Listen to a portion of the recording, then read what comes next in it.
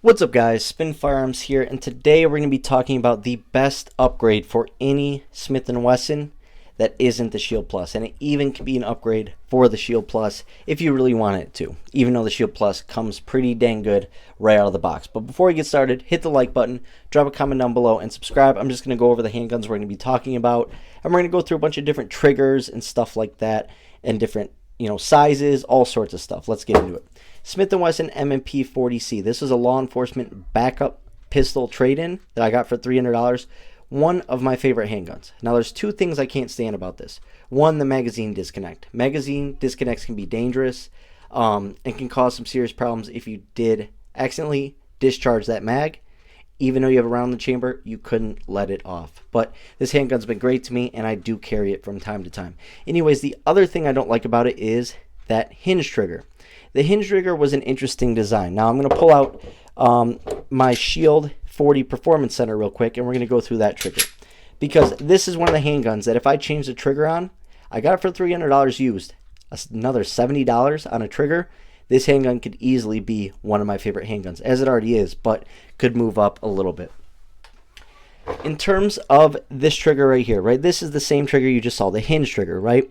Instead of having like a Shield Plus, right, that has a little trigger dingus. Notice that little dingus right there, that second trigger looking thing? The way they did it is that was their trigger dingus. In order to shoot, you can't press the top of the trigger. You have to press the bottom of the trigger, allowing for that little piece of plastic to clear that space, allowing you to pull that trigger all the way, right? And all these firearms are cleared and safety checked anyways. But as you can see, you can't pull up top. Nothing happens. But if you pull the bottom, then it goes off. And then you have actually a really nice trigger pull. But a lot of people, one, don't like the shape of the hinge, right? The hinge, one, it takes away room from your trigger guard. So if you live in a cold place, you lose a little bit of room. But also, it's just sort of an awkward trigger. You sort of have to have it in your finger in the perfect spot. Sometimes you can get caught up, see what I mean? If you're pressing here, you have a little like rubbing action, right? But if you press down, you got clearance, or you press up top. So you basically have to have your trigger finger perfect every time. And I think that is potentially something that could cause issues. But if you train with your carry gun, not a big problem, right?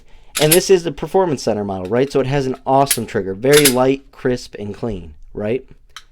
But there is something missing with it, right? Right here, one of my favorite carry guns is the M&P 9 2.0 Subcompact.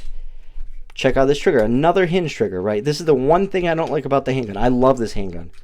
That hinge trigger, same thing, right? You got to have your finger in the perfect spot. But when you do, it's a very nice, clean, crisp, decent trigger, right? Reset, decent. I love these handguns. Now let's go to the Shield Plus. The Shield Plus, they changed the trigger, right? They went with that flat face, which is actually a really nice trigger. One of my favorite triggers, actually probably my favorite trigger for a carry gun that I own, right? And a big, it feels very similar to the hinge triggers, right? The triggers are very similar still. They're very, very similar. But as you can see right here, just from the shape of the trigger, it changes a lot, right? We'll even get this involved a little bit, right? Just from being able to put your finger anywhere on that trigger is really, really nice. It makes a big difference so you're not sticking, right? But this trigger, like I said, very nice, very good. But check out the Shield Plus trigger with that flat face. I mean, it's just an unreal defensive trigger. So this trigger, if I had it in here, if I had it in here, if it was released yet, I would have got that right away. But I didn't have that option. But now check out my work carrier real quick, all right? I took a handgun that basically had the same trigger as this, just not as good because this is the Performance Center. Took a trigger that is the same as this. Let's go through this one more time. A little spongy. You see that little sponge?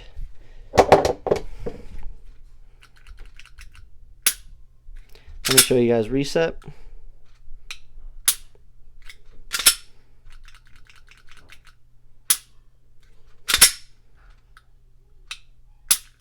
Let me show you the Shield Plus reset real quick, okay? See that there's like a double reset, which is what their problem was with the CSX. There's like a false reset. Well, get the Apex trigger, right? I found these On eBay, going for as low as $65 brand new in the package. People don't realize eBay is one of the greatest places to shop for parts. You can find old slides, old internals, old lowers, triggers, magazines, and a lot of people think, oh, I'm going to get scammed. No, guys, places like Hooper Gun Works and the Glock store, and they all have stores on eBay. It's just another place for them to make money, and at the end of the day, that's what a business is about. But I found this trigger on there, and it changed my life. Everyone's like, get the Apex trigger, get the Apex. We know you carry your 357 SIG shield all the time. Therefore, I went with it. I could not be any more happy. I was good with the original trigger, but I am on point with the Apex trigger. It just changes the whole entire handgun. This is what the trigger was like before, even though it wasn't this good. See, spongy, spongy, spongy, break. Spongy, spongy, spongy, break. Plus, you have to be in the perfect spot. The Apex trigger, clean, crisp, no over travel, resets good. And here's the thing. I did not get the trigger bar. I did not change any springs. This is literally just a trigger shoe. And if you know Apex, Apex is one of the best manufacturers for aftermarket parts. One of the most reliable, one of the most trustworthy. I have Apex triggers in many Glocks. Let's see if I have one near my feet that I can show you. Here's an Apex trigger. And my other Glock that has an Apex trigger in it is upstairs. Now, obviously, everyone knows a Glock trigger, right? Cleared, safety check. But look at this for a Glock trigger. Whew! Look at this, right? Reset. So crisp, so clean, and just a better overall shape. Not only does it really clean up the trigger overall, but the main thing for me is that shape. The shape is just, it's where your finger naturally goes anywhere, and it literally presses it anywhere. You can move it up and down the trigger, and you're good to go. But look at this. Crisp and clean, and that's what it did. And I'm not messing with any springs, not messing with a trigger bar, because here's the thing. When you put roll pins in triggers, trigger shoes and stuff, you got to be very careful. So while putting that in there, be very, very careful about hitting too hard on that roll pin. Do not bend that trigger.